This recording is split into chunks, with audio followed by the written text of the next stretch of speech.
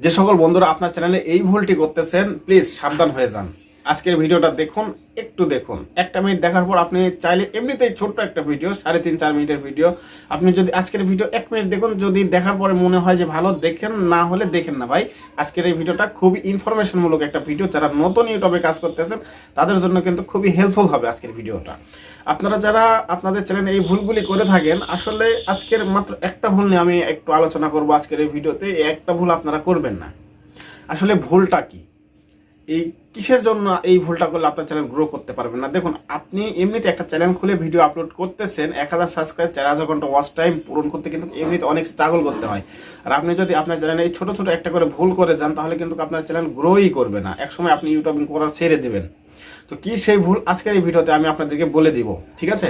তো এই ভুলটি হলো, আপনার চ্যানেলে যখন আপনি ভিডিও আপলোড করেন, দেখা গেল যে আপনার চ্যানেলে আপনি 100, 150 অথবা 200 ভিডিও আপলোড করে ফেলেছেন, কিন্তু আপনার সাবস্ক্রাইব সংখ্যা 1000 বা 1500 এরকম হয়েছে, বা আপনার সাবস্ক্রাইব 500 এরকম একটা টার্গেটে আপনি আসেন, মানে এরকম হয়েছে আর কি, টার্গেটে না, এরকম সাবস্ক্রাইব হয়েছে আপনার। তো আপনি এই সময় কি করবেন, দেখুন, আপনি প্রথমে যে ভিডিওগুলো আপলোড করতেন তখনকার ভিডিওর যে কোয়ালিটি, সেই কোয়ালিটি কিন্তু ভালো ছিল না। বর্তমানে যখন 200 বা 150 ভিডিও বানাচ্ছেন, মানে এই সময় যখন একটা ভিডিও তৈরি করতেছেন, দেখা যাচ্ছে যে এখনকার ভিডিওর কোয়ালিটি আপনি অনেক সুন্দর করতে পারতেছেন, আপনি কথা বলতে পারতেছেন খুব সুন্দর করে, বা আপনার এডিটিং করতে পারতেছেন খুব সুন্দর করে। তো সবকিছু মিলায় দেখা গেল যে আপনার আগের ভিডিও আপনার নিজের কাছেই পছন্দ হয় না। আপনি হয়তো মনে করতেছেন যে আমার ভিডিও আমার কাছেই পছন্দ হচ্ছে না বা ভালো লাগতেছে না, তাহলে কিন্তু আমার অডিয়েন্স কিভাবে সেই ভিডিওগুলো দেখবে, এই চিন্তা করে কিন্তু আপনারা কি করেন, আপনার চ্যানেলের ভিডিওগুলা দেখা গেল যে 40, 50, 100টা ভিডিও ডিলিট করে দেন। আপনার এই ভুলটা করা যাবে না, এই একটা ভুলই করা যাবে না। আপনি যখন আপনার চ্যানেলে ভিডিও ডিলিট করে দিবেন, তখন ইউটিউব টিম বা ইউটিউব অ্যালগরিদম আপনার চ্যানেল অটোমেটিক্যালি আপনার চ্যানেলটা ডাউন করে দিবে।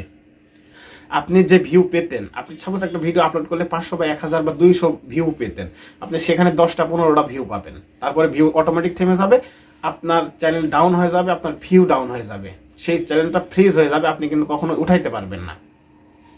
তো এই জন্য আমি আপনাদেরকে বলবো, আপনাদের ভিডিওর কোয়ালিটি যেমনই হোক, আপনি যে ভিডিও একবার আপলোড করবেন সেটা কোনোভাবে ডিলিট করবেন না। যদি সেটাতে কপিরাইট আসে বা স্ট্রাইক আসে, যদি এইরকম কোনো কিছু না আসে, তাহলে কিন্তু আপনার ভিডিও ডিলিট করার আমি মনে করতেছি কোনো প্রয়োজন নাই। আপনি ডিলিট করেন না, ঠিক আছে? ভিডিওর কোয়ালিটি খারাপ, আপনি ভালোভাবে বুঝাইতে পারেননি, ভালোভাবে বলতে পারেননি, ঠিক আছে, সেগুলো ভিডিও সেভাবেই রেখে দিন।